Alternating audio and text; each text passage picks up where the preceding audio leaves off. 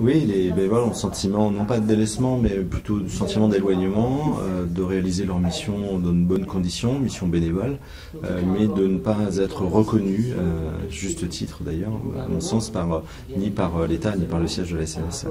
Donc nous souhaitions simplement que chacun prenne conscience de cet état d'esprit des bénévoles, qui est mis à mal en réalité, puisque le drame a mis à jour, malgré tout, toutes ces considérations locales et ce sentiment de manque de reconnaissance du rôle du bénévole, sachant que certains ne savaient même pas que le sauvetage en mer était assuré par des bénévoles.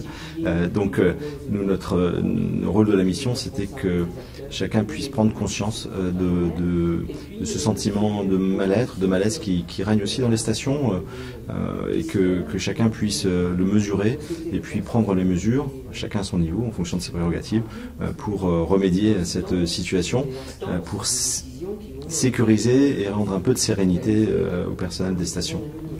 Pour moi, l'élément essentiel, c'est la question de la gouvernance, qui aurait pu éviter d'ailleurs sans doute toutes ces questions posées par les bénévoles. Je pense que si les bénévoles adhérents pouvaient s'exprimer dans des instances dignes de ce nom, avec une démocratie interne vivante, je pense que nous n'en serions sans doute pas là et qu'il n'y aurait pas ce sentiment d'éloignement à la fois du siège et de l'État par les bénévoles. Chacun aurait pu se sentir à la fois écouté. Nous avons fait un travail de terrain qui est avant tout un travail d'écoute.